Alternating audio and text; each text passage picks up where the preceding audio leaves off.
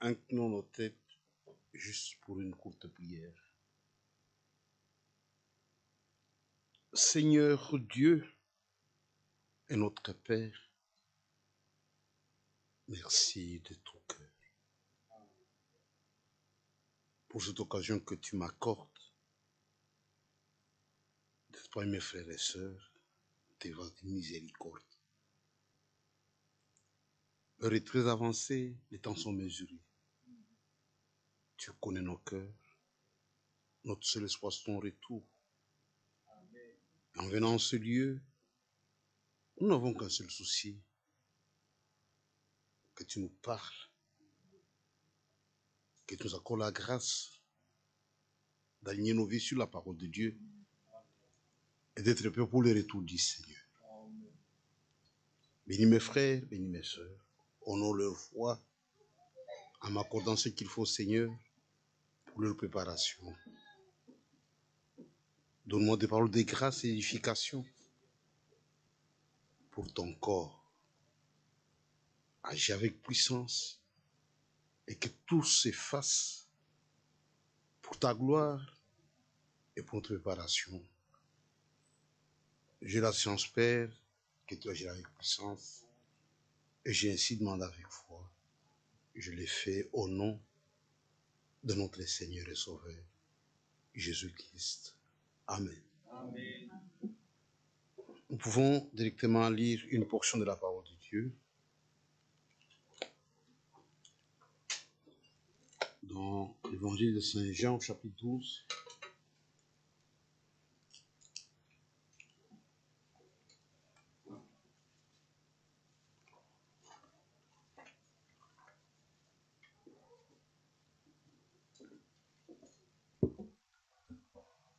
Le verset 28.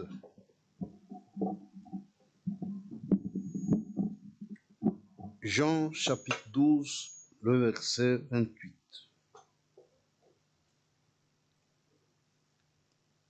Nous lisons la parole de Dieu. Père, glorifie ton nom. Et une voix vint du ciel. Je l'ai glorifié et je les glorifierai encore. Amen. Que le Seigneur puisse bénir la lecture de sa parole. Soyez-vous.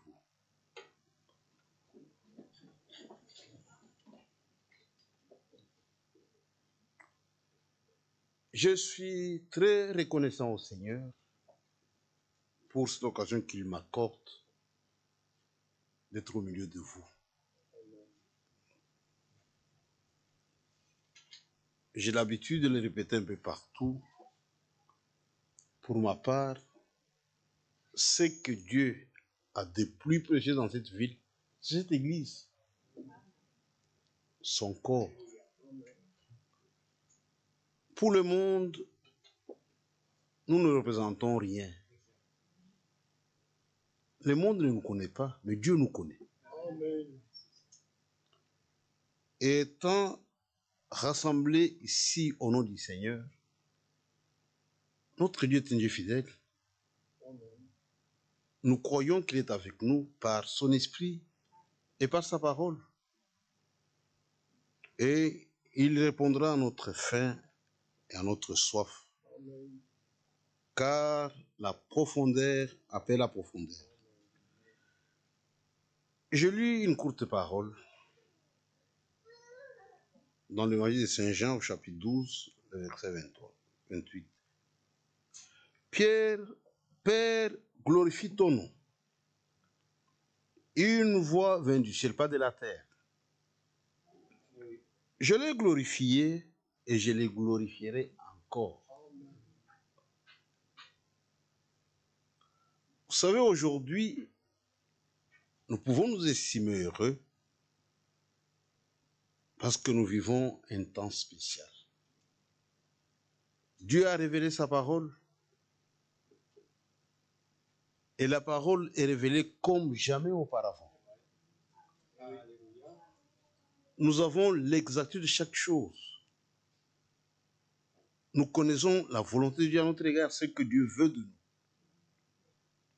Et nous sommes dans un plan infaillible. Tout arrive selon la parole de Dieu. Ça, nous sommes sur un terrain sûr. Notre Dieu est un Dieu de promesses. Et la meilleure façon de servir Dieu, c'est sur base de ses promesses. Quand quelqu'un s'accroche à une promesse divine, il est sur un terrain sûr. Même si la promesse paraît impossible.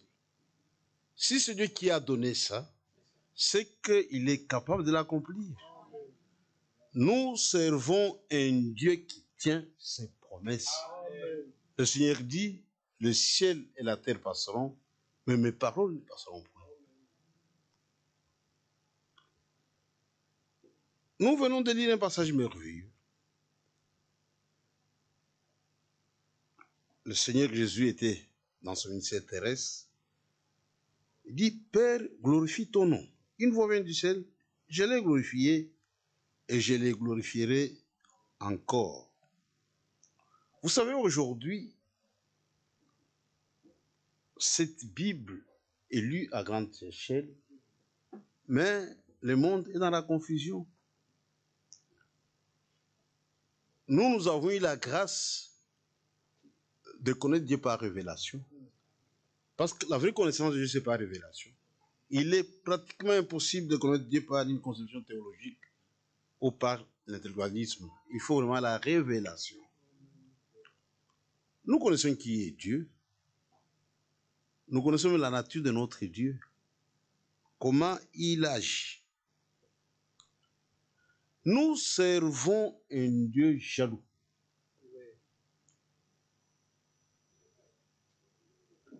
Un Dieu qui ne partage jamais sa gloire avec nous. Ça, c'est dans sa nature. C'est pourquoi je crois de tout cœur que vous et moi, nous ne faisons pas partie de ceux qui glorifient les hommes, non. Pour nous, toute la gloire n'ira qu'au Seigneur Jésus-Christ. Vous comprenez déjà que même dans ce message, il y a des gens qui sont dans la déviation, qui essaient même d'élever les hommes au rang de Dieu. C'est grave devant Dieu. J'ai un témoignage dans cette Bible, je crois que c'est le roi Hérode, dans Actes. Il avait tenu un discours. Vous savez comment font les gens, quelqu'un a crié. Ça, c'est la voix de Dieu. Dieu l'a tué sur les champs. Sur les champs. Seul Dieu doit être glorifié. Et nous faisons partie du royaume de Dieu. Il y a un roi qui a ce sujet. Et nous portons la responsabilité de les glorifier. Quiconque ne glorifie pas Dieu, c'est un raté. Dieu nous a placés ici-bas dans un but. Nous devons l'adorer. Nous devons le glorifier. Nous devons le louer. Parce que nous sommes ses sujets. Et il a payé le prix. J'ai pris cette écriture pour attirer votre attention sur deux choses. Dieu ne travaille pas dans un désordre. Il a un plan conçu de toute éternité. Un plan merveilleux, un plan infaillible. Et tout arrive à son temps. Dans le royaume de Dieu, pour chaque action, il faut que le temps de Dieu soit là. Pas mon temps, pas votre temps, mais le temps de Dieu. Et notre Dieu, c'est le meilleur planificateur. Il n'y a pas d'erreur dans ce que Dieu fait. Tout est correct, tout est parfait. Il n'y a pas de détail, ni d'avance. Tout arrive au temps de Dieu. Et chacun peut compter sur ta fidélité. C'est un Dieu qui tient sa parole. Quand il dit, c'est qu'il est capable d'accomplir la chose.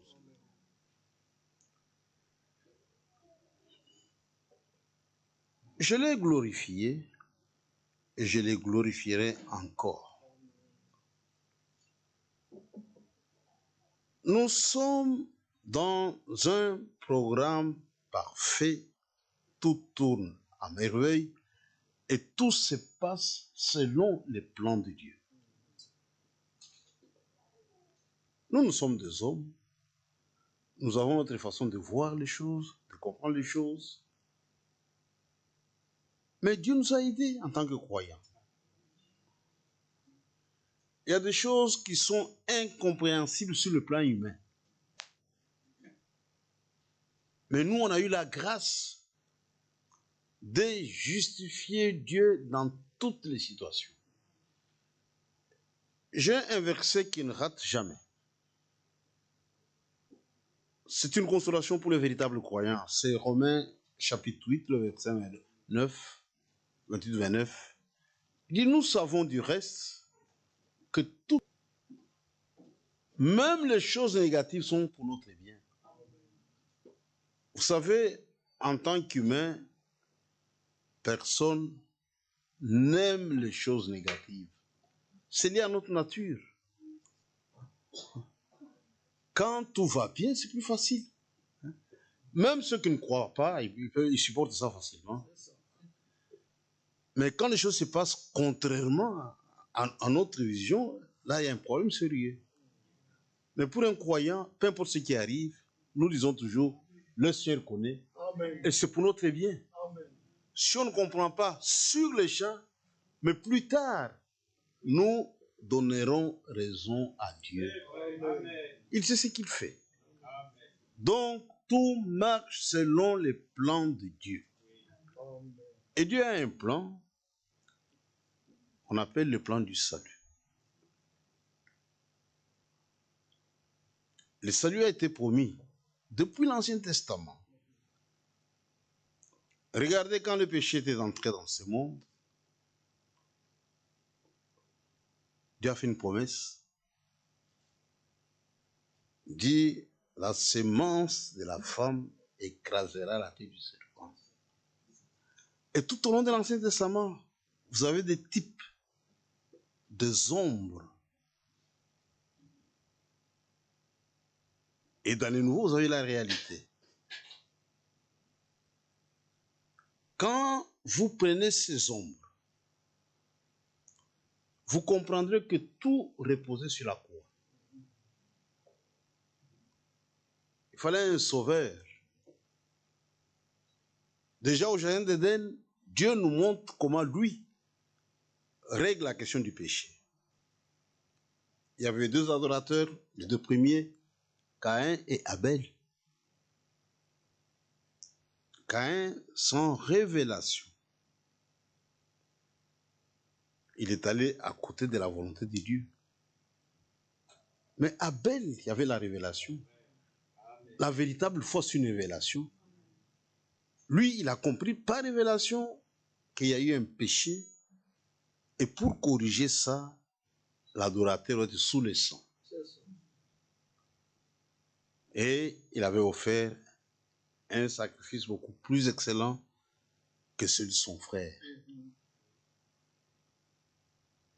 Il a égorgé un agneau. C'est un type de notre Seigneur Jésus-Christ. Maintenant, quand lui est venu, c'était le véritable agneau de Dieu. Amen. Les bêtes que les gens offraient dans l'Ancien Testament couvraient le péché. Mais lui est venu pour ôter le péché. Amen. Voici l'agneau de Dieu qui ôte le péché. Amen. Même le saint de l'Ancien Testament, il mourait étant dans cette espérance. Vous vous rappelez de Job? Dit, je sais que mon Rédempteur est vivant. Amen. Même si ma peau est détruite, je le verrai et mes yeux le verront. Amen. Frère, on attendait le Messie, le Sauveur. Et il est venu sur cette terre dans une naissance spéciale. C'était une naissance qui sortait de l'ordinaire. Pour vous et pour moi, on n'a pas besoin d'explication. Tout le monde connaît comment est-ce qu'on est venu sur cette terre. C'est ça. Papa et maman ont été ensemble et on est là. Mais pour Jésus, il fallait une explication. Pour la Bible en parle. Voici de quelle manière arriva. Ça, il fallait expliquer. C'est ça. Parce que ça sortait de l'ordinaire. C'est ça. C'était un homme à part. Un homme à part. Sans effusion de sang, il n'y a pas de pardon. Amen. Amen. Dieu ne pouvait pas nous sauver en tant qu'esprit. Parce que l'esprit n'a pas de sang. Il se fait un corps. Parce qu'il fallait payer le prix. Dieu exigeait du sang. C'était un sang pur. Mon sang, votre sang, c'est déjà souillé. Hein? On a une mauvaise nature. Il y a des gens des sciences, avec leur théorie, parfois disent que l'homme est bien, c'est la société qui le déprave. Non. Notre naissance est mauvaise. Hein? On a un sang souillé. On n'a pas besoin de nous rendre le mal. Vous avez ça en vous. C'est ça. Mais le sang de Jésus, c'était le sang de Dieu. Alléluia. Frère Branham m'a expliqué ce mystère. Dit, en Jésus, il n'y avait rien d'un homme. Non, non. C'est-à-dire, tout venait de Dieu. La semence venait de Dieu, la vie. Même l'ovule, Dieu n'a pas emprunté l'ovule de Marie pour... Non, non, non. C'est un créateur. Amen. Il a créé, il a placé dans le sein de Marie, en dehors d'aucune sensation. C'est ça. Parce que si Marie avait ressenti la moindre sensation, Dieu aurait commis adultère avec Marie. C'est ça. C'était en dehors de tout ça. C'est ça. Gloire à Dieu. Et Jésus le savait. Il n'a jamais appelé Marie mère, il appelé Non. femme. Il n'y avait rien de Marie en Jésus. Nous, parfois, nous ressemblons à notre mère, à notre père. Mais Jésus, c'était l'image de Dieu. Amen. Un sang pur. Mais le couronnement de cette œuvre, c'était le calvaire. Amen. Il devait mourir. C'était ça, la finalité. Sur la terre, il a guéri les malades, il a multiplié le pain, c'est bien, mais la finalité, c'était le calvaire. Il était né dans ce but-là. Regardez à sa naissance, il y a eu deux mages qui étaient venus pour l'adorer. Ils venaient de très loin. Ils ont marché, ils ont marché, ils ont marché. Et arrivé à Jérusalem, qui représentait la capitale de toutes les religions, ils ont posé le problème. Où est le roi de Juda qui vient de naître? Tout Jérusalem fut troublé. C'est ça. Je crois que l'histoire se répète. L'histoire est en train de se répéter. Au lieu de suivre ces guides célestes, l'étoile, ils se sont adressés aux hommes. Voyez, Dieu avait donné à ces mages un guide céleste pour les amener jusqu'au lieu où se trouvait le Messie. C'est ça. Au lieu de se confier à ces guides, ils ont raisonné comme tous les hommes. Nous sommes à Jérusalem, la capitale des gens. Il doit être quelque part. Mais quand ils ont posé la question, tout Jérusalem fut troublé, y compris le roi. Dit un roi ici. Il a réuni le clergé. Dis, cherchez pour moi la réponse à ce problème. Dis, d'après les Écritures, il doit naître à Bethléem. C'est ça. Pas ici. Pas ici, pas ici. Et ces mages, ils ont retrouvé leur étoile, leur guide. Regardez, pour découvrir le Messie, à la première venue, il fallait un guide céleste. Mais ce qui est surprenant, quand Dieu conduit, il conduit correctement. Amen. Regardez ce mage, ce qu'ils avaient amené comme cadeau. Il y avait de l'or, il y avait de l'encens et de la myrrhe. C'était des cadeaux inspirés. L'or est en rapport avec la divinité. Amen. C'est dans leur foi, ils croyaient que l'enfant là représentait Dieu.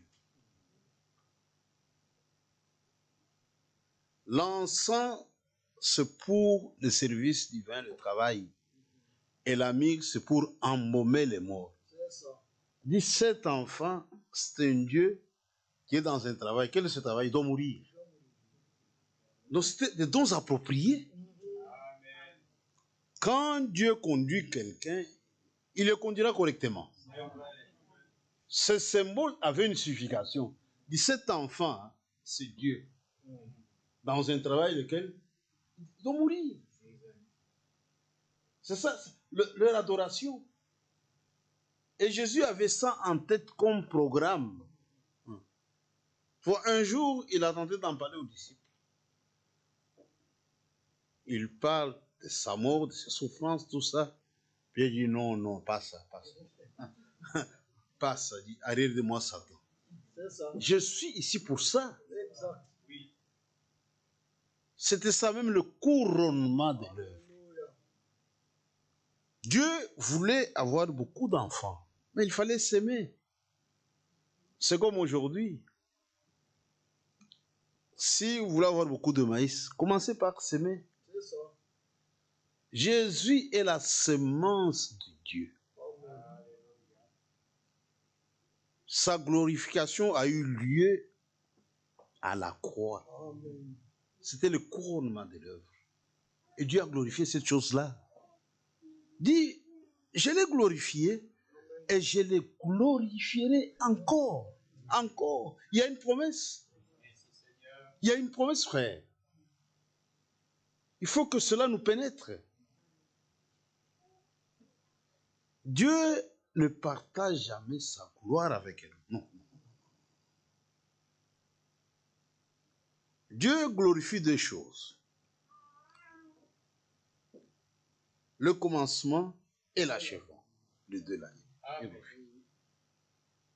Et aujourd'hui, nous vivons un temps spécial. Nous sommes au temps de l'achèvement. Amen. Le plus grand événement qui arrive à la fin du temps de la grâce, pour l'Église de gentils, c'est le retour du Seigneur et l'enlèvement de l'Église épouse. Amen. Et on est vraiment à la fin. Tout peut arriver. Amen. Et Dieu nous a honorés, mes frères.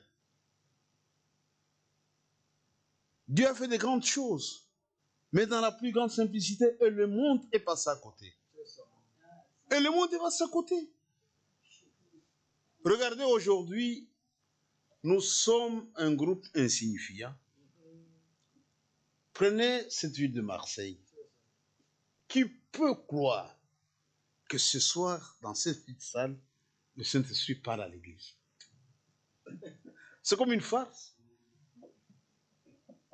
Quand Dieu agit, il est fait dans la plus grande simplicité. Amen. Le lui seul a la capacité de comprendre et de voir ce que Dieu est en train de faire. Amen.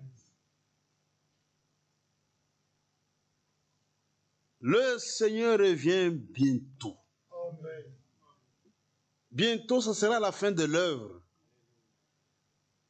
Et ça va se jouer dans une grande gloire. Amen. ce que Dieu a dit à ma frère Franck, Oui, je crois 1 mois avant sa mort, il était inquiet au sujet des lèvres de Dieu. Dieu ne te fait plus de soucis. Cette œuvre, je l'acheverai moi-même dans une grande gloire. Amen. Nous tendons vers la chose. Nous tendons vers la chose. Je veux attirer votre attention sur cette promesse. Parce que ça nous concerne. C'est notre affaire. Nous sommes liés à ça. Amen. C'est sûr, c'est écrit. Il y a une promesse.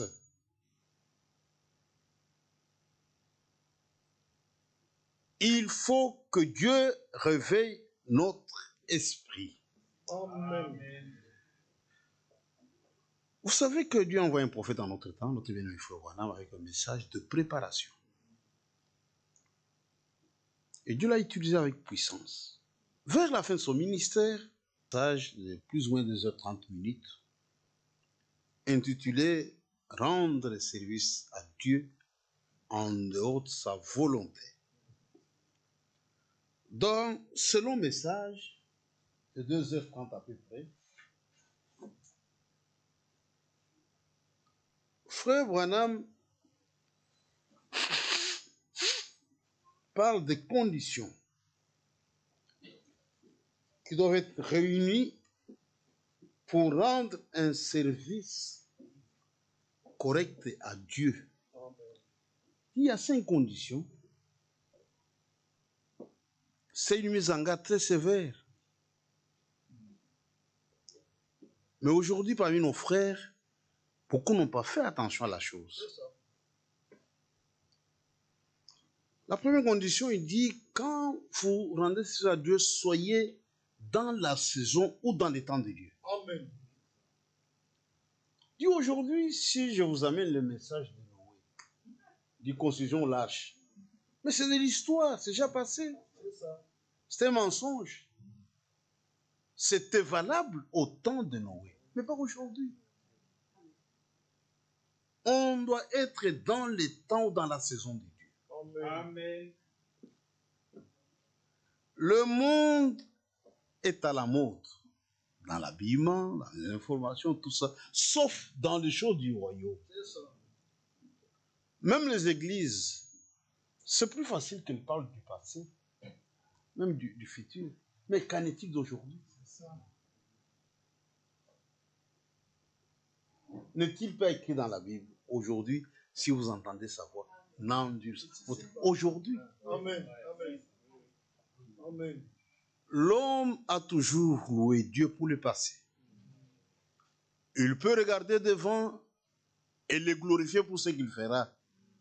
Mais ce que Dieu fait aujourd'hui, les gens passent à côté. C'est ça. Les gens passent à côté. C'est ça. Et pourtant, c'est la chose essentielle. Être connecté à l'action de Dieu pour Amen. votre temps. Amen. Amen.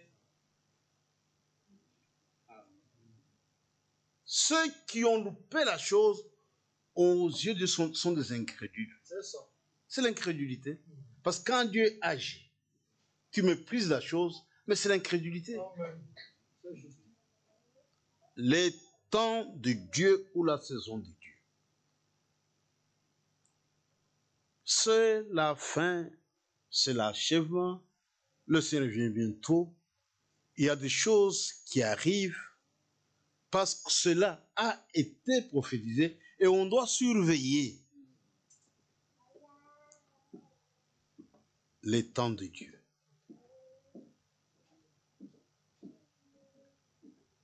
Les temps de l'achèvement.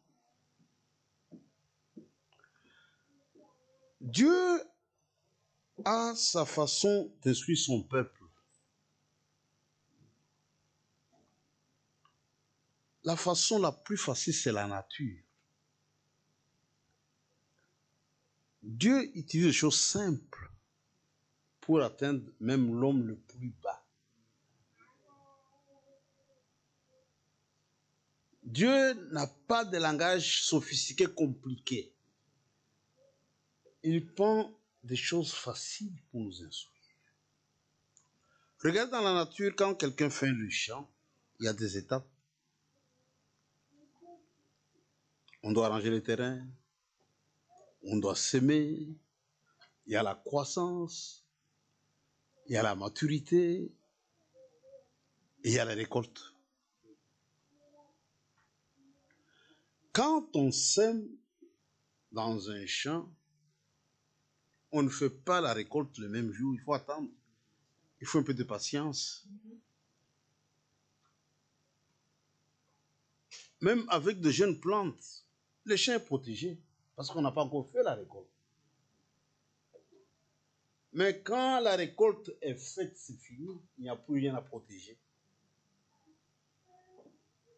Aujourd'hui, mes frères, il y a des choses qui n'arrivent pas sur cette terre à cause de vous, à cause de moi. Attendez que le pouls soit enlevé, ça sera fini. Notre présence freine certaines choses. Dieu avait dit à Abraham, si je trouve 5 justes dans le pays de Sodome, je vais épargner la ville. Peut-être à cause de votre présence, Dieu freine certaines choses. Une fois que l'épouse est enlevée, c'est fini. Il n'y a plus rien à protéger. Les tribulations s'abattront sur cette terre. Ça sera fini. Ça sera fini. Nous sommes au temps de l'achèvement et il y a des choses qui doivent arriver en rapport avec ce temps. Et on doit surveiller la chose. Je l'ai glorifié et je les glorifierai encore. J'aimerais lire avec vous une écriture dans 1 Pierre. Je lis avec moi 1 Pierre, chapitre 4. 1 Pierre, chapitre 4.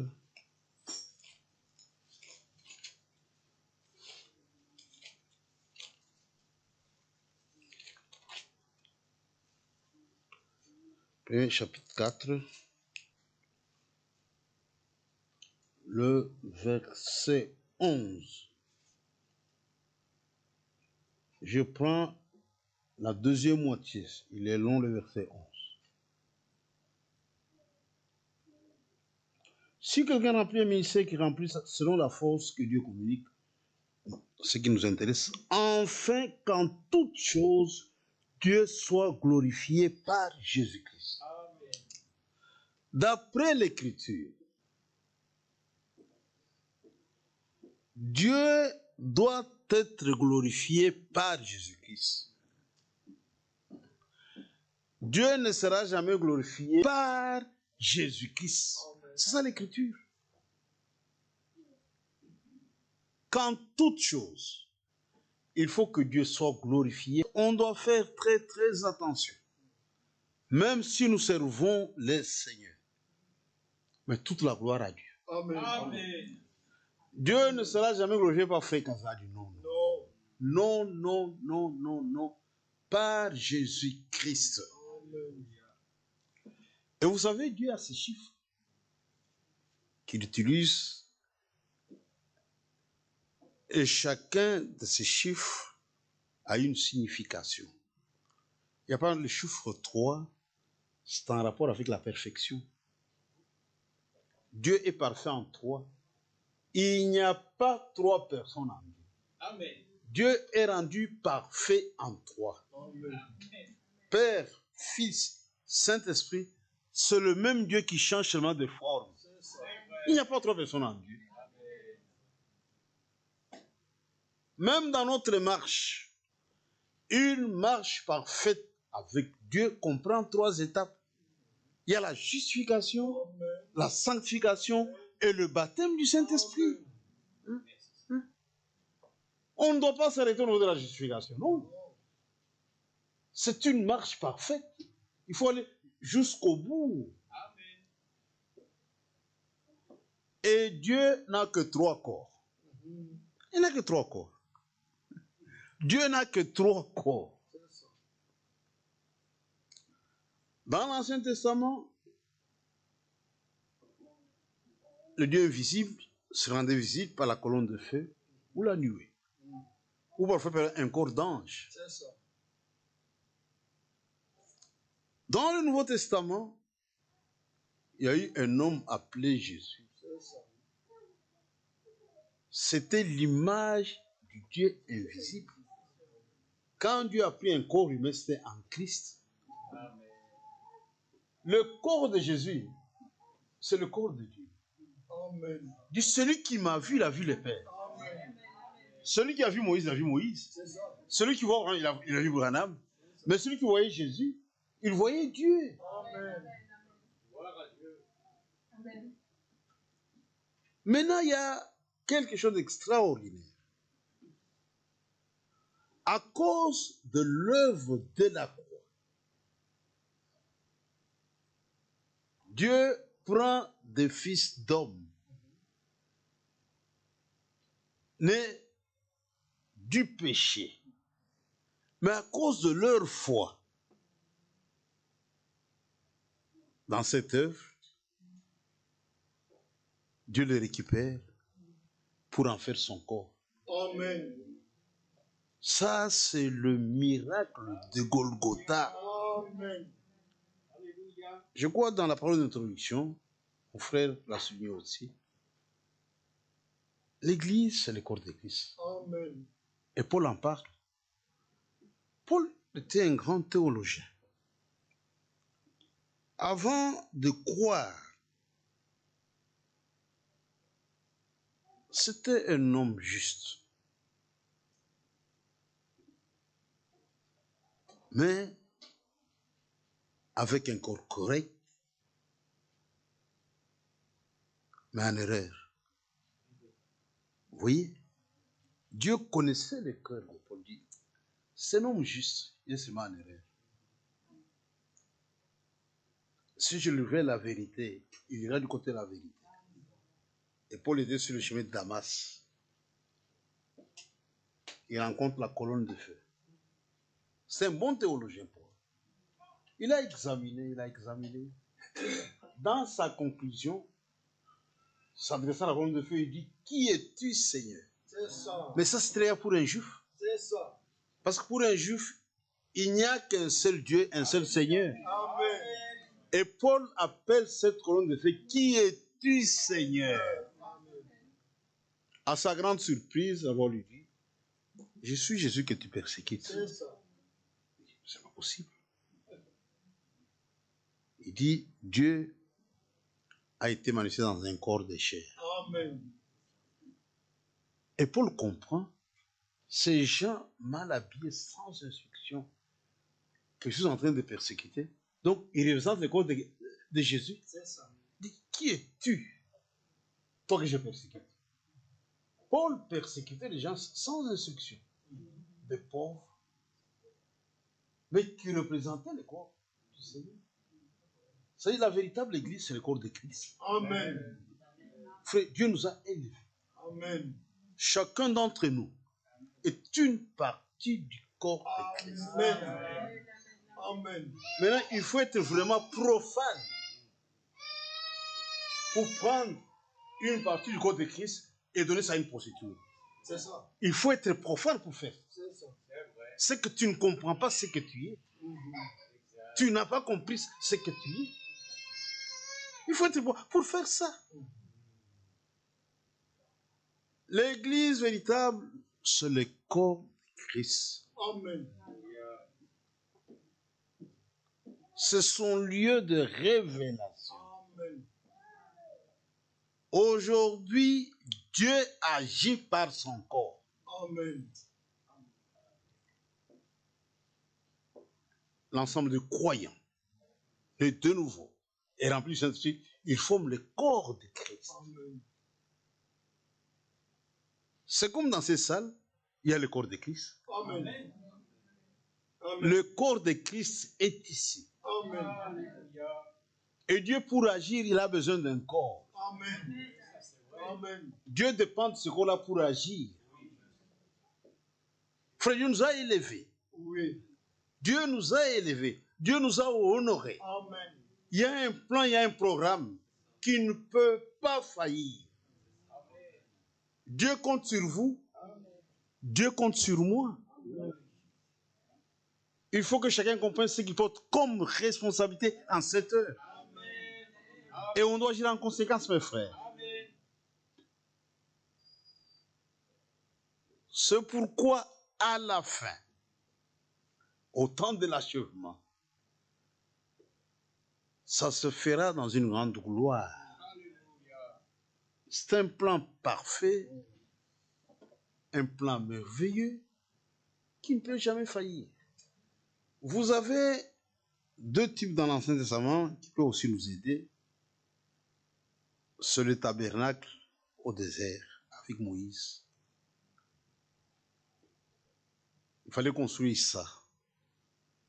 Dieu montre à Moïse le modèle. Au ciel, il a vu comment tout ça. Et Dieu dit à Moïse, je vais vous donner des gens qui vont vous aider dans ce travail-là. Il a même cité le temps, tel. Moïse n'avait jamais réuni ces gens quelque part. Il dit, voilà ce que je veux au ciel, attention. Non. Frère, Dieu équipe ses hommes. Dieu équipe ses hommes. Moïse était un grand prophète avec un grand ministère. Mais il n'était pas seul. Dieu lui-même a dû trouver des aides à Moïse. Et Dieu les a équipés. Dieu équipe ses hommes. Amen. Quand Dieu appelle quelqu'un au ministère, Dieu l'équipe. Amen. Et généralement, qu'est-ce que Dieu donne comme équipement? C'est sa parole et son esprit. Amen. Avec ces deux choses, on est mieux placé pour servir Dieu correctement. Aujourd'hui, tout ce que nous rencontrons comme dans le royaume de Dieu, c'est quand ces deux choses-là manquent.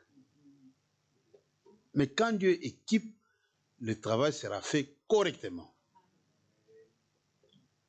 Ces gens se sont mis maintenant à l'œuvre. Travailler. Chacun dans son coin, travailler. Maintenant, quand ils ont fini, Moïse vient regarder. Il dit, ah, c'est pas possible. Ce que vous avez reproduit et ce que Dieu m'avait montré sur la montagne, c'est exactement la même chose. C'est le même Dieu que nous servons. Amen. Alléluia. Quiconque est appelé par Dieu au ministère, Dieu l'équipe pour faire du bon travail. Paul disait, notre capacité vient d'en haut. Amen. Gloire à Dieu. Nous n'avons rien. Notre capacité vient d'en haut.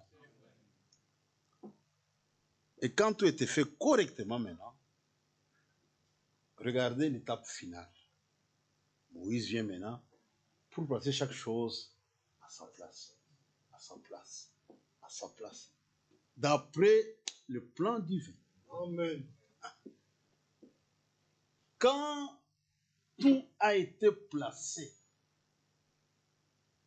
à sa place, c'était la fin, la gloire est descendue. Alléluia. Amen. Et nous sommes exactement dans la même situation. La différence sera nette.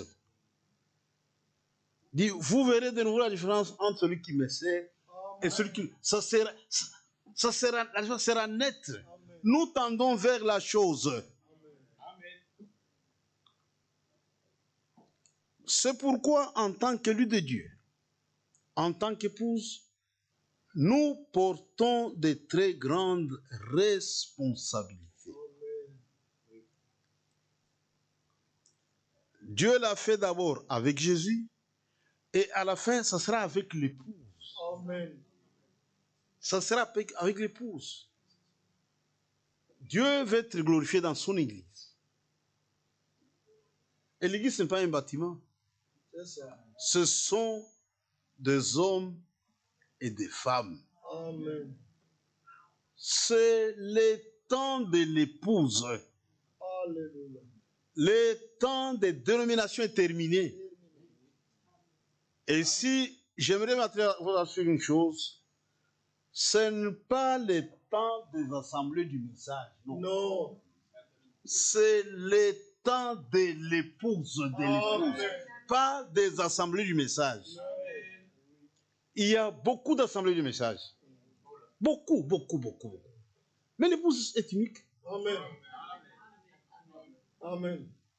C'est le même corps, la même chose, Amen. la même parole, Amen. même espérance, même foi. Amen. C'est ça l'épouse. C'est le temps de l'épouse. C'est le temps de l'épouse.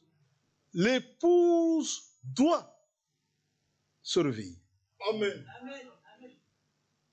Et Dieu lui-même révèle l'esprit de l'épouse. L'épouse comprend son programme, son plan. Et agit en fonction de cela. On ne tâtonne pas. Nous sommes sur un terrain sûr. C'est notre temps. Dieu a fait des promesses qui doivent s'accomplir. Dieu compte sur vous, Dieu compte sur moi. Ne soyons pas légers. C'est ça. Dieu nous a honorés. Amen. Dieu nous a élevés. Quand Dieu vous élève, vous vous dégradez vous-même, c'est un péché impardonnable. Regardez avec Israël, il y avait un pays promis. Et je vous donne ce pays. Moïse envoie des espions pour explorer le pays. Avec leurs yeux d'hommes, ils ont vu des géants. Et ils ont eu peur. Ils disent, ce sont des géants. À nos yeux et à leurs yeux, nous étions comme des sauterelles. Ils se sont dégradés eux-mêmes. Dieu dit, vous retournez au désert, vous allez mourir. C'est ça. Donc ils ont trouvé Dieu menteur. Lui, sa foi est ancrée dans la parole de promesse. Amen. Quand je vois ce que Dieu a promis, je minimise tout ce qui se trouve autour de la chose. C'est ça. Ça n'existe pas. Ce que Dieu a promis, Dieu l'accomplira sans fin. Amen. C'est le temps de l'épouse. Dieu ne partage jamais sa gloire avec un homme. Jésus est la gloire de Dieu.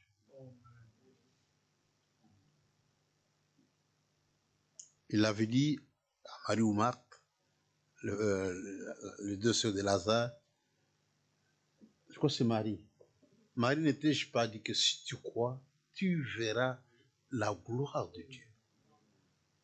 Jésus est la gloire de Dieu. Amen. Et à la fin maintenant, Dieu honore son Église. Frère, nous aurons part à la gloire de Dieu. Alléluia. On ne quittera pas cette terre main vide. Non. Avant de quitter cette terre, nous aurons une part à la gloire de Dieu. Alléluia. Frère, c'est une haute élection. Mais il y a un temps de préparation. Et ça se passe maintenant. Maintenant. Ça se passe maintenant. C'est bon, pour l'épouse, la priorité zéro, c'est sa préparation. Amen. Les autres perdent leur temps dans des futilités, dans des discussions stériles. Mais l'épouse a une obsession, c'est sa préparation. Amen. C'est sa préparation.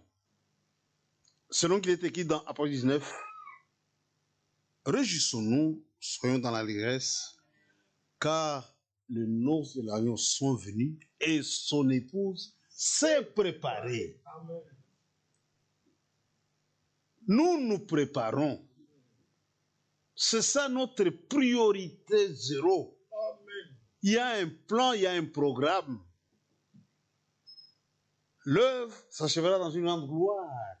Et on n'aura pas à ça.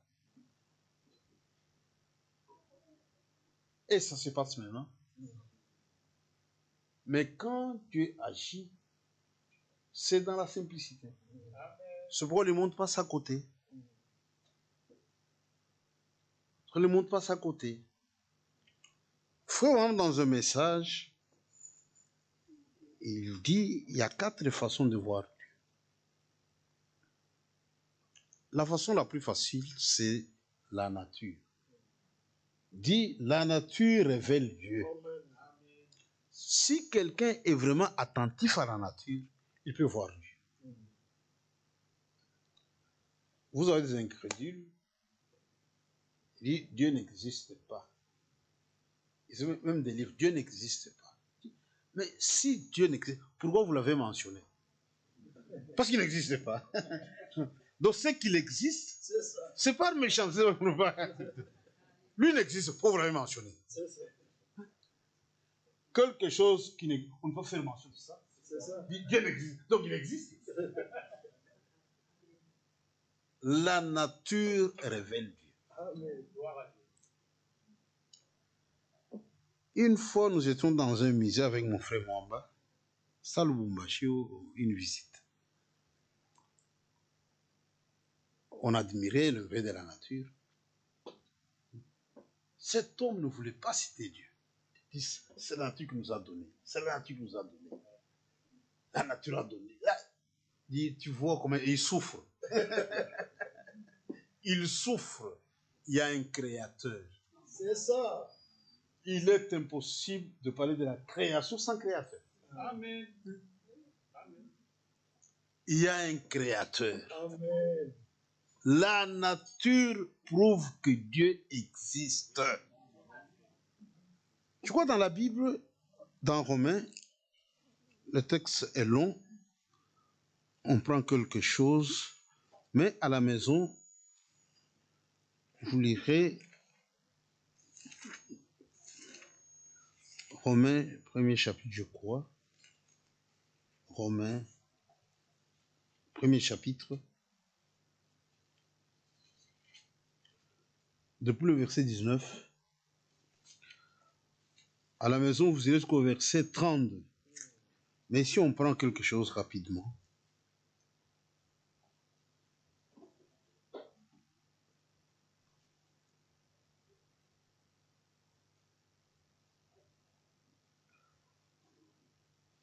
Le verset 20.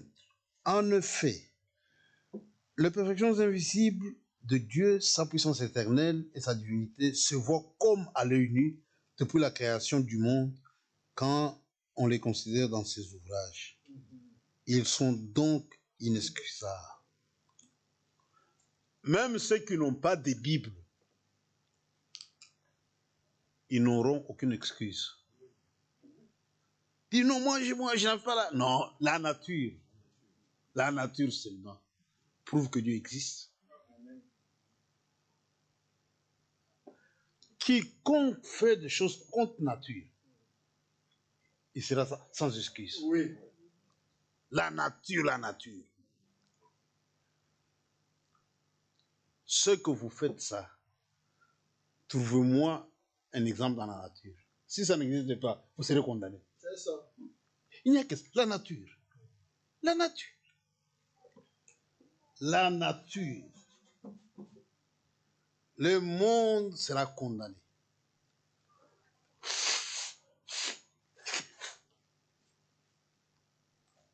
Trouvez-moi dans la nature un taureau qui va vers un autre taureau. Ça n'existe pas. Ça n'existe pas. Il n'y en a pas. Là, il y a la continuité. Mais regardez, l'homme créé à l'image de ce qu'il a fait. Et quand on fait des choses contre nature, vous savez que vous en déforcez la chose. C'est ça. C'est ça. Personne n'aura d'excuses. Se vantant d'être sages, ils sont devenus fous. Ils sont devenus fous. Quiconque fait des choses contre nature, il n'aura pas d'excuses. Parce que la nature, la création. Paul, s'adressant en Enfer de Corinthe, sujet de la chevelure des hommes et des femmes. Dit une femme avec de longs cheveux, c'est beau, mais pas un homme. C'est ça. Dis, la nature ne peut pas vous instruire. C'est ça. Pas la révélation. La nature ne peut pas vous instruire ça. La nature. C'est ça. La nature révèle Dieu. Et ce que Dieu fait, c'est la perfection. Aujourd'hui, il y a des ordinateurs, tout ça. Mais le corps humain, c'est la machine la plus sophistiquée. Amen. Même l'ordinateur peut être comparé à un corps humain. Le corps humain. C'est la perfection. Amen. Regardez le soleil, prouve que Dieu existe. Amen. Même la résurrection. Amen. Amen. Quand nous parlons de la résurrection, même la nature. Le matin, quand le soleil s'élève, c'est un soleil bébé. Oui. Son rayon sont tendres. C'est doux. Tout le monde s'expose au soleil, ça fait du bien. C'est un soleil bébé. Mais vers midi, il atteint sa pleine jeunesse. Ses rayons sont piquants. C'est ça. C'est comme les jeunes gens sont forts. C'est ça la meilleure période de la vie, quand on est jeune. On est fort. On est fort. Mais vers le soir, c'est un vieux soleil, il a vieilli. Et il meurt. Mais le lendemain, il réapparaît. C'est ça. Il n'y a jamais eu un jour où les gens se réveillent. Ils disent, mais où est le soleil? Prions, genoux. Ça n'existe pas. C'est parfait. Amen. L'éclipse solaire peut être calculée avec une grande précision. Oui. C'est un cycle parfait. Ça tourne parfaitement. Même la lumière du soleil, c'est la meilleure lumière. Vous qui roulez la nuit, vous dites attention, la visite n'est pas bonne. Mais pendant la journée, c'est la meilleure lumière. C'est ça. Et elle est même gratuite. Dieu, c'est un Dieu bon. Amen. Regardez, avec cette lumière, il faut payer la facture. Si tu ne veux pas, on coupe. Exact. Ça, c'est gratuit. J'ai lu un livre, quelqu'un qui était malade, on l'avait placé sous oxygène. Maintenant, à sa sortie d'hôpital, on lui met la facture. Il a beaucoup pleuré. Le médecin était triste. Le médecin pensait qu'il n'était pas en mesure de payer la facture. Il dit, monsieur, pourquoi tu pleures comme ça? Si tu n'es pas capable, on peut t'aider. Il dit, non, ce n'est pas un problème. Je suis capable de payer. Je vais vous dire pourquoi je pleure. Depuis que je suis sur cette terre, je respire l'air de Dieu gratuitement. Mais là, regardez, quelques heures seulement, c'est ce que je dois payer. Si Dieu devait m'appliquer la même loi, mais je serais incapable de payer tout ça. C'est pourquoi je pleure la grâce de Dieu. Amen. Amen. Dieu est dans la nature. Amen. Amen. Même la nature, la résurrection aura lieu. Amen. Quiconque travaille pour le but de Dieu, il a droit à la résurrection. Amen. Amen. Quiconque travaille, il a droit à la résurrection. C'est possible, c'est faisable. Ça, c'est le moyen le plus facile. Avec ça, personne n'aura d'excuses. Même si vous n'avez jamais lu la Bible, mais la nature, la nature. La deuxième façon, c'est cette parole. Ici, on monte un peu. Pour nous, cette Bible, c'est Dieu sous forme des Écritures. Amen. C'est pourquoi nous avons beaucoup de respect pour la parole de Dieu. Amen. Cette Bible nous révèle la volonté de Dieu. Amen. Elle est là. Tu ne peux pas faire des choses contraires aux Écritures. Non, c'est là. Non, frère. La volonté de Dieu est exprimée dans sa parole. Amen. Nous avons beaucoup de respect pour les Écritures. Ce Dieu sous forme des Écritures.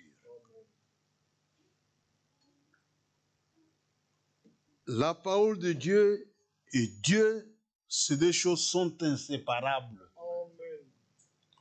Regardez dans l'Ancien Testament, lors du premier Exode, Dieu avait utilisé un homme Moïse avec un message adressé à Pharaon. C'est Moïse qui allait vers Pharaon. Ainsi dit le Seigneur. Ainsi dit le Seigneur. Ainsi dit le Seigneur. Ainsi dit le Seigneur.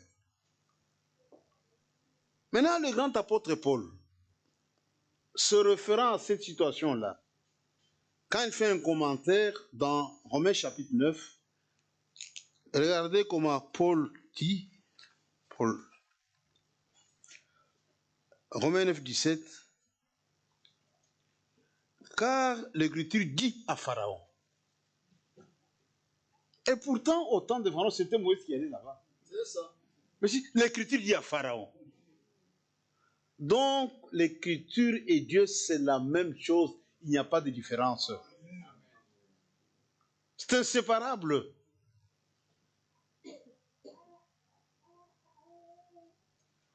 Dieu est lié à sa parole pour toujours. Amen. Et le peuple de Dieu véritable, Dieu l'a lié uniquement à sa parole. Dieu ne nous a pas lié à un prophète, ni à un prédicateur. Non, non, non, non. Dieu nous a tous liés à sa parole. Dieu ne nous a jamais liés à un prophète, à un prédicateur. Frère, on doit grandir. J'ai vu le frère dans ce message. Vous savez, chacun comprend la parole de Dieu selon l'état de son cœur.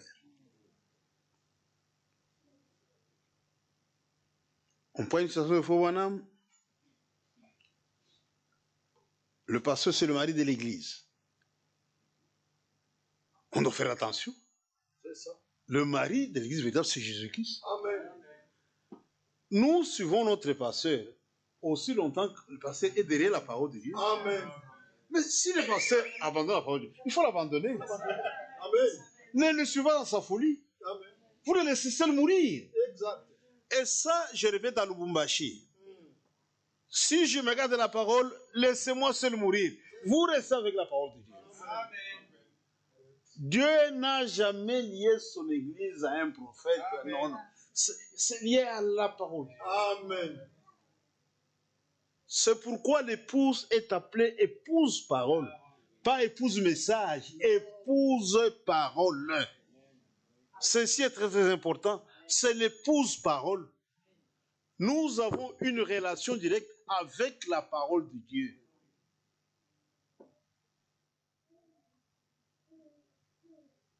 Quand un frère m'a dit la parole de Dieu, je dois recueillir parce que c'est Dieu.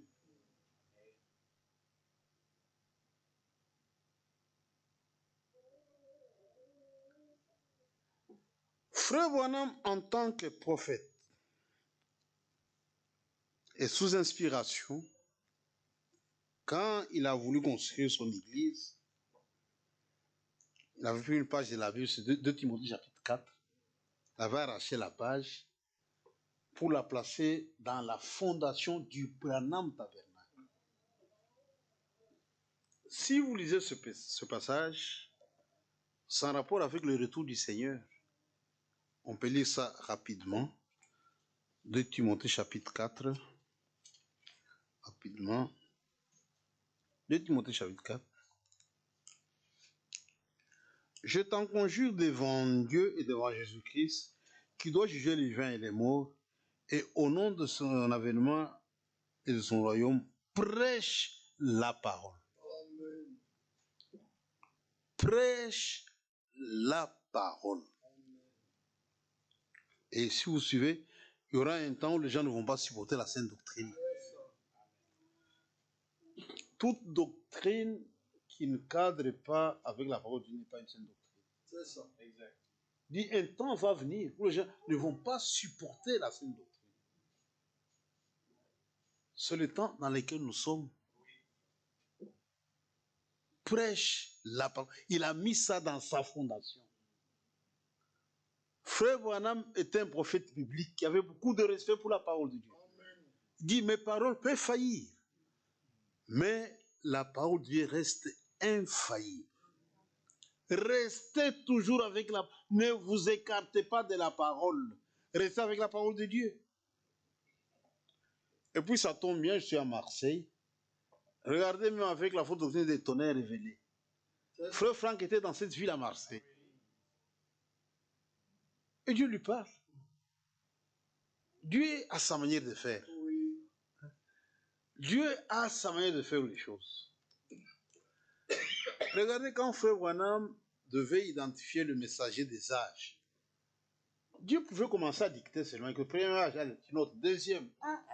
Il donne la clé. Il dit, la clé c'est Paul. Toi maintenant tu dois lire l'histoire. Dans chaque âge, celui qui sera plus proche de Paul, c'est lui. C'est lui le messager. Ils ont du travail. Frère Franck avait un problème. Dieu voulait écouter. Ce n'est pas révélé ou c'est révélé. Il donne l'écriture. Prêche la parole. Et Franck a compris. Les théories ne sont pas écrites. Nous prêchons la parole écrite. Ça, ce n'est pas écrit. C'est ça. Alors, ça ne doit pas être l'objet d'une prédication. Amen. Aujourd'hui, je ne peux pas perdre mon temps sur les théories parce que ce n'est même pas écrit. C'est ça.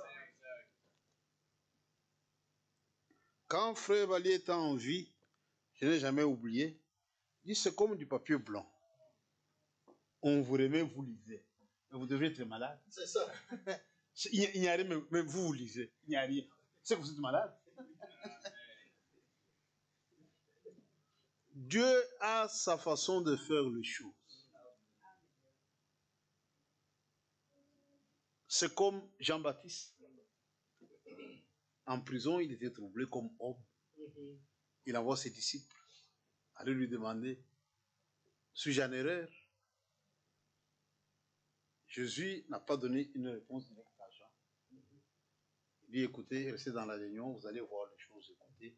Allez rapporter ça à Jean. C'est un prophète. Il comprendra le langage des prophètes. C'est ça. Quand il dit, Jean, on était là. Les beautés marchaient, les aveugles, vous l'avez vu. Ah! Ésaïe 35. Amen. Il a compris celui. Amen. C'est lui. Dieu a sa façon de faire les choses. Amen. Dieu, dans sa parole, ça, ce sont les croyants du corps. Les vrais croyants. Ils ont beaucoup de respect pour la parole de Dieu. Amen. La troisième façon, Dieu est en Christ. Et ça, c'est une pierre d'achoppement. Même pour Israël. C'était une pierre d'achoppement.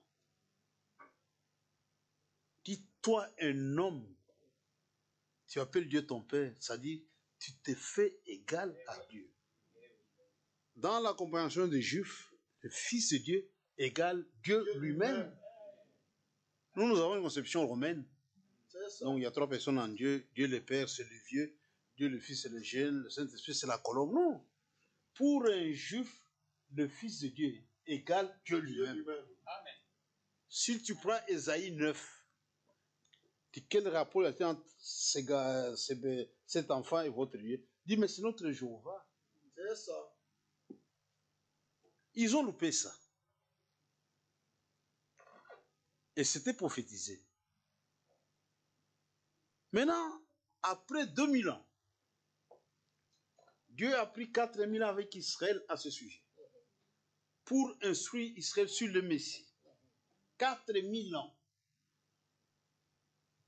Quand ils lâchent le Messie, ils ont loupé la chose. C'est ça. Maintenant, regardez, avec l'époux, c'est 2000 ans. Israël, après 4000 ans d'enseignement, ils ont loupé la chose. Avec l'église d'une haute essence, c'est 2000 ans. Et nous sommes maintenant vers la fin. Amen. Dieu veut se glorifier maintenant dans son épouse. Amen. Frère, c'est quelque chose de terrible. C'est quelque chose de terrible. Le monde est dans une situation terrible. Mais Dieu fait l'histoire du salut avec ses élus que nous sommes. C'est pourquoi aujourd'hui,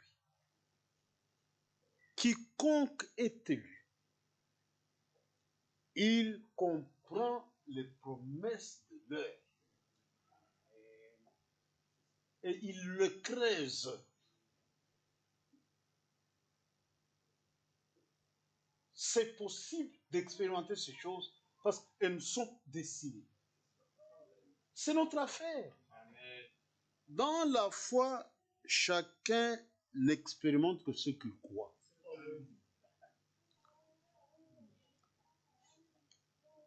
Ceux qui disent que Jésus est déjà venu, quand Jésus reviendra, ils ne verront pas la chose. Parce que c'est déjà mal interprété. Le Seigneur revient bientôt. Nous sommes appelés à une haute élection. Nous vivons un âge glorieux. Fromm disait, si Dieu pouvait faire défiler tous les âges devant moi, et me demander de choisir, je prendrais la Odyssée. Amen. C'est vrai que c'est un âge mauvais. Le pire de tous les âges, mais c'est l'âge glorieux. Oui. C'est l'âge le plus glorieux. Amen. Moi, j'aime vivre dans l'âge de la Odyssée. Voir le retour. Amen. Avoir part à la gloire de Dieu. Amen. Ça se passera dans notre temps. C'est pourquoi, à la fin de l'œuvre, Dieu a un plan, Dieu a un programme. Quel est le plan de Dieu? Quel est le programme de Dieu? Nous vivons l'âge de la vie personnelle de Christ. Amen. Jésus vivant dans des hommes et des femmes que nous sommes. C'est notre temps.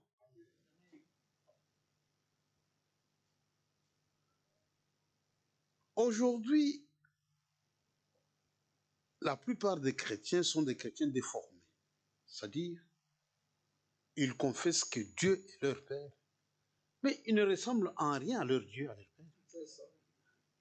Satan les a déformés. C'est ça. Être chrétien, c'est une vie. Amen. Amen. C'est une vie. Donc, un chrétien a la nature et la vie de Christ. Amen. C'est ça un chrétien. La nature et la vie de Christ. C'est l'âge de la vie personnelle de Christ. Dieu a fait de grandes choses. C'est l'âge du retour de la colonne de feu sur la terre. Amen. On a vu ça. Amen. C'est notre temps, frère. Amen. Et l'église est organisée comme une pyramide.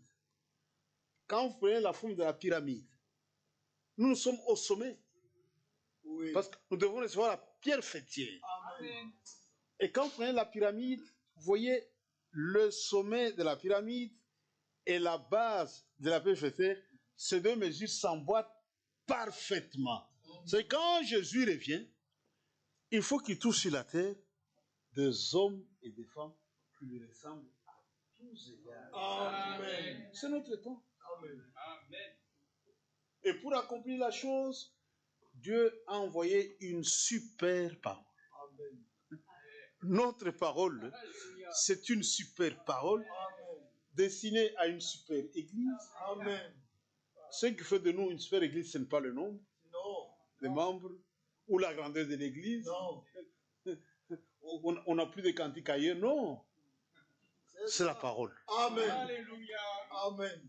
Frère, on a une super parole. Il y a tout. Il y a Amen. tout. C'est tout. vrai. Il y a tout. Et quand on reçoit cette parole, on la vit. Nous tendons vers quelque chose. On est dans la saison de Dieu. C'est le temps de la moisson. À la moisson, les semences sont mûres. Amen. Si les semences sont, on doit les laisser au soleil pour mûrir. Les semences doivent être prêtes pour les grenier. Amen. Mais si quelqu'un veut avoir une bonne récolte, il faut bien s'aimer en amont. Si tu sèmes le maïs, tu vas récolter le maïs. Ce que vous semez, vous devez le récolter. C'est pourquoi, frère Wanam, je vais terminer par là. Quand il parle de la véritable église, il dit, vous comprendrez pourquoi je me suis éloigné de toutes les dénominations. C'est ça. J'ai gardé la parole de Dieu pure, parce que pour avoir cette église, il doit venir par la voie de la parole, pas autrement. C'est ça. Pas autrement. Pas autrement. Maintenant, vous trouvez des frères dans ce message qui jouent avec le feu. Quand vous dérangez la parole de Dieu, vous dérangez tout le programme. C'est pourquoi aujourd'hui, regardez même parmi nos frères qui ont embrassé des fausses doctrines, la croissance est nulle. Il n'y a pas de croissance dans les fausses doctrines. Ça n'existe pas. Il faut la parole pure. Et quand la parole est dérangée, tout est faussé. Tout est faussé. Même les expériences sont aussi faussées. Je prends la nature. Tout ce qui doit naître après la naissance, il y a une étape qu'on appelle la croissance. Tu vois, il faut planter du maïs. Ça pousse. Mais ça doit croître. Oui. Mais on ne peut pas demander la même chose à un arbre mort. Non. Non. Tout ce qui naît, l'étape suivante, c'est la croissance. Même dans une famille, un bébé vient au monde. À la naissance, il a 2 kilos. Après une semaine, 2 kilos. Après 3 semaines, 2 kilos. Après un mois, 3 kilos. Une année, 3 kilos. Mais papa et maman seront inquiets. Ils iront voir le médecin. Il dit, mais l'enfant est malade. Il y a la croissance. Il y a la croissance. Et on tend vers la maturité. Ce sont des étapes. On n'est pas au début de l'œuvre. Nous tendons maintenant vers la fin. Amen. Vers la fin. Même dans notre préparation, on doit être prêt. Vous allez à Paris par avion. Vous allez rater le vol. C'est ça. Il faut au moins à 15 minutes, vous êtes déjà à l'aéroport pour les formalités. Parce que le comptoir sera fermé. Mais il est 19h, vous êtes à la cité. Non, vous êtes séduit, vous allez rater le vol. Amen. C'est vrai. On doit être prêt. Amen. Dieu a fait sa part, il nous a tout donné. Aujourd'hui, si quelqu'un rate le retour du Seigneur, il portera sur toute la responsabilité. Dieu a fait sa part. Mais nous avons notre part. Nous avons notre part. C'est l'obéissance. Dieu a fait sa part. Nous avons notre part. Et nous sommes dans un programme parfait. Amen. C'est pourquoi aujourd'hui, mes frères, un élu est ferme. Et un élu agit avec fermeté. Amen. Amen. Il comprend sur quel terrain il se tient. Amen. Nous tendons maintenant vers la fin. Dieu nous a honorés. Dieu nous a tout donné. Bientôt, nous aurons part à la croix. On ne quittera pas cette terre main vide. Non. Non, prends ces choses. Sa préparation sera sa priorité. Amen. Frère, il y a de grandes choses qui nous attendent de l'autre côté. Oui. Paul pouvait dire, la gloire à venir, si nous la comparons aux souffrances du temps présent, il n'y a pas de rapport. Il n'y a pas de rapport. Amen. Mais Satan a aveuglé beaucoup. Et beaucoup sont dans l'aveuglement. Dieu nous a fait la grâce de voir ces grandes choses qu'il a préparées pour l'Église. L'Église, c'est toi, c'est moi. L'Église, c'est toi, c'est moi. Et être élu, ce n'est pas une simple confession, c'est une vie. Amen. C'est une manière de vivre. C'est une autre vie aujourd'hui. S'accomplit seulement dans les limites de la parole de Dieu. Notre foi, notre vie, tout s'accomplit seulement à l'intérieur de la parole de Dieu. Si les autres sont libres de suivre leur propre chemin, et vous et moi, on n'est pas libres. C'est ça. C'est ça. Notre vie s'accomplit dans les limites de la... On ne peut pas sortir de la parole. Amen. C'est ça toute la différence. Amen. Et nous acceptons même la souffrance à cause de la voie à venir. Alléluia. C'est pour un temps très court. Alléluia.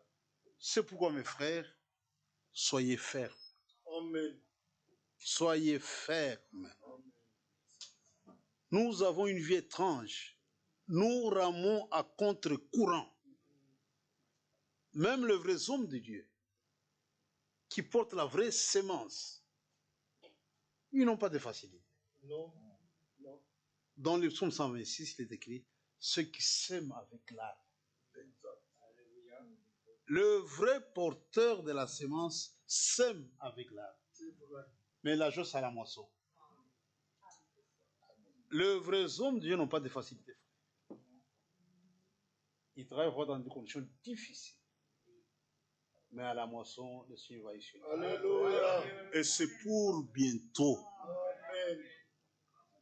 Nous avons un secret, c'est la parole de Dieu. Ça, c'est notre héritage. Nous avons un slogan, prenez tout, mais laissez-moi la parole. Alléluia. Prenez tout, laissez-moi la parole. Gloire à Dieu. Tout peut se négocier, Oui. sauf la parole de Dieu. Amen. Impossible. Ça, c'est notre héritage. Ça, se négocie. Je ne peux pas vendre ça. Non. Mais il y a une mise en garde. Je termine par là. C'est dans Hébreux chapitre 12. Il dit, il ne faut pas ressembler à Ésaü le profane. Un profane ne comprend pas la vraie valeur de la chose. C'est ça. C'est comme, je peux avoir envoyé à mon frère une montre Omega de $2000. Et lui, c'est un profane. Il ne comprend pas la valeur de la montre. Mais il aime la boisson. Il va dans un bar, il dit, écoutez, je n'ai pas l'argent liquide, je veux faire les trocs. Il dit, ça va. Tu veux combien de bouteilles de whisky? Il dit 3 ou 4. Le propriétaire du bar, il dit 4 bouteilles de whisky, ça fait combien? $60 ou 200. Mais la 2000. Ça, c'est un profane. Il dit, au lieu de 4, je t'en donne 8. Il est toujours dans les bons. Hein. C'est ça. Il récupère la montre de $2000 contre 8 bouteilles de... Il dit, c'est un profane. Oui. Et aujourd'hui, il y a aussi des profanes. Dieu nous a honorés, Dieu a envoyé sa parole de Dieu, mais ils se comportent comme des profanes. Ésaü. Mais les élus font partie de premiers-nés. Alléluia. Alléluia. Donc, c'est une église à part. Hein. Amen. Amen.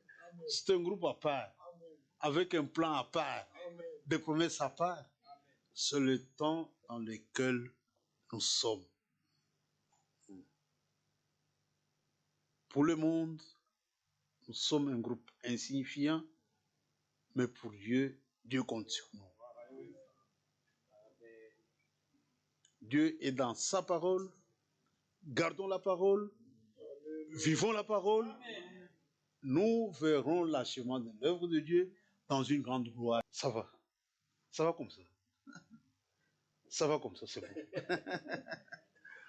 Ça va comme ça, c'est bon. Ça va. Que le Seigneur vous bénisse. Nous sommes des frères. Dieu nous aime. Le monde ne nous connaît pas. Dieu nous connaît. Et quand nous considérons ce que Dieu a fait à notre égard, nous disons que nous sommes trop petits pour les vérités. Nous ne pouvons parler comme Moïse. On est vraiment trop petits. Et Dieu l'a fait dans un but. Soyons maintenant des vrais témoins du retour du Seigneur. Notre vie doit prouver que nous croyons que Jésus revient bientôt. Amen. Soyons prêts à tout moment. Tout peut arriver. Tout peut arriver. C'est la fin. Le système est à la fin. Notre seule consolation, c'est le retour du Seigneur. On n'attend pas les changements de gouvernement. Politique. Nous attendons le retour du Seigneur. Amen. C'est notre seule consolation. Que le Seigneur vous bénisse. Et je remets le service à mon frère. Merci.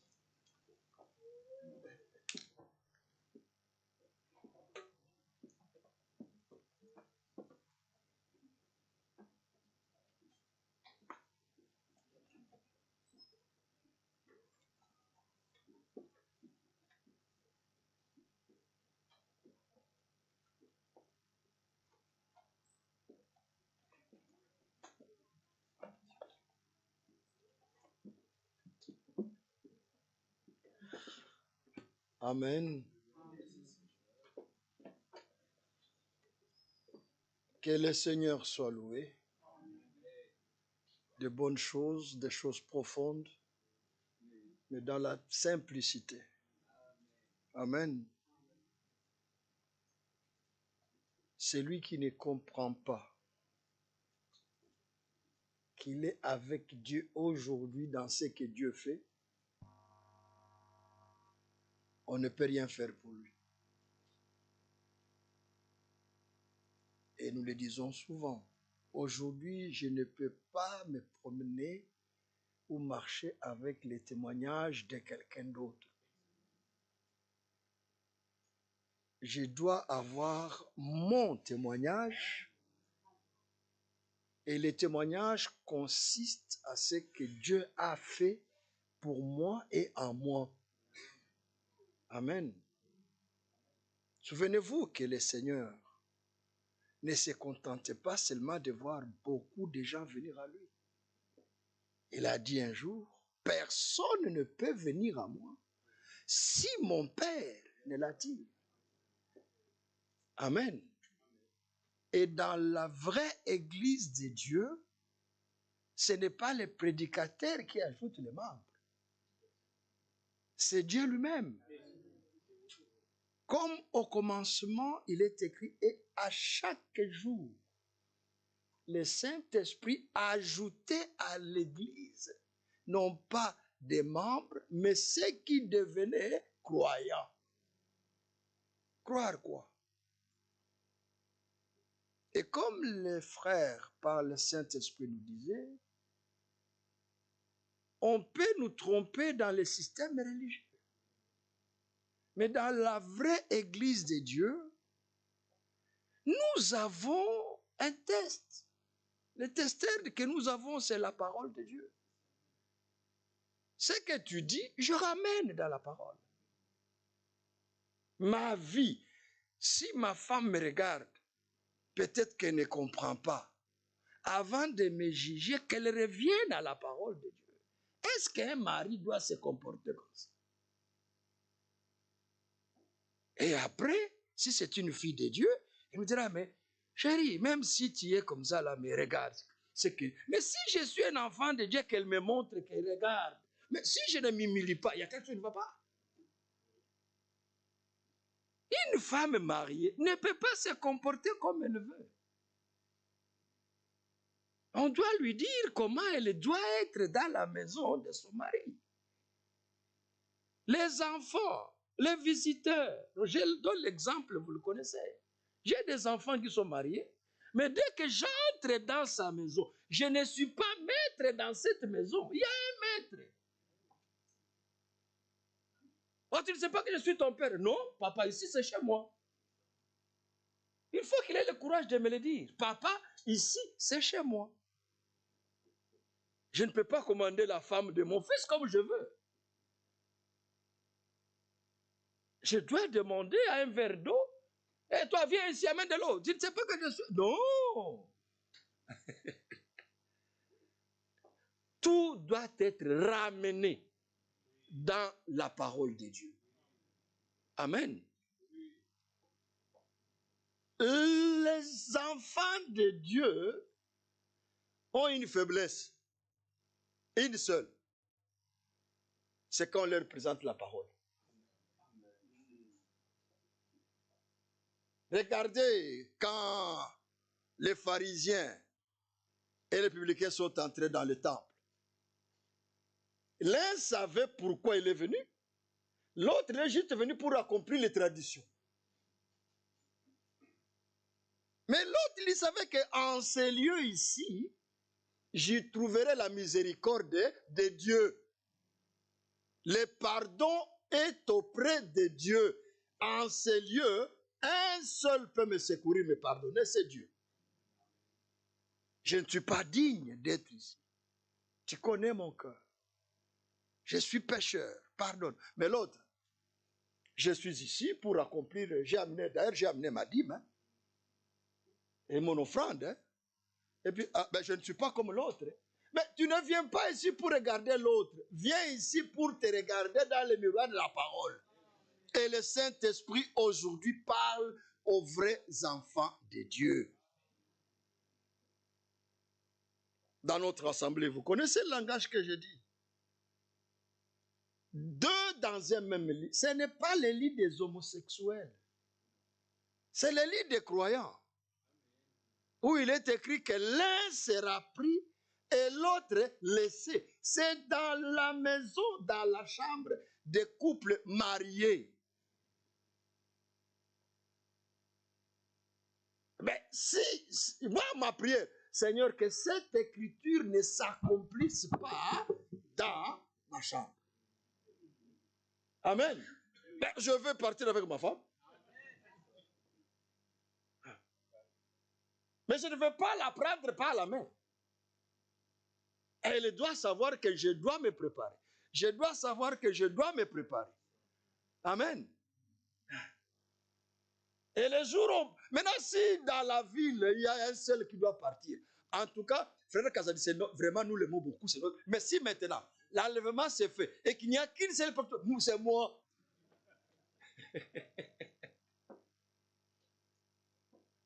Que Dieu soit loué.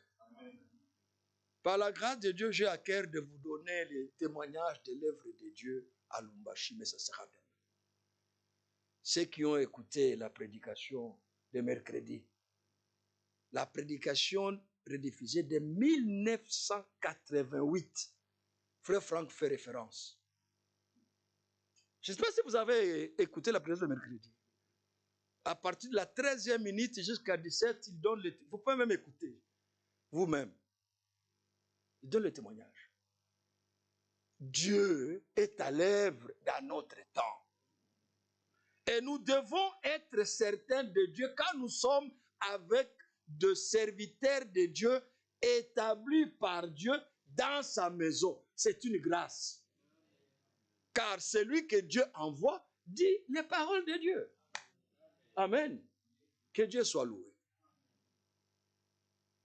Nous sommes arrivés à la fin. Je demanderai à ce que nous puissions chanter un cantique. Et à la fin, nous allons tous prier le Seigneur pour le remercier. Il y a beaucoup de frères qui sont en route, ils étaient bloqués dans des embouteillages et tout ça, vous connaissez, c'est les vacances. Mais moi-même, je ne savais pas que les vacances commençaient et beaucoup sont vraiment bloqués. Mais beaucoup ont suivi aussi en ligne, que Dieu soit loué. Heureusement qu'il y a la nouvelle technologie. Mais la présence physique est différente que les distanciels. On dit, hein, le présentiel est mieux. Hein? Que Dieu vous bénisse. Que Dieu soit avec vous tous. Amen. Nous aurons encore demain à manger. Hein? Que Dieu bénisse son serviteur. Ah.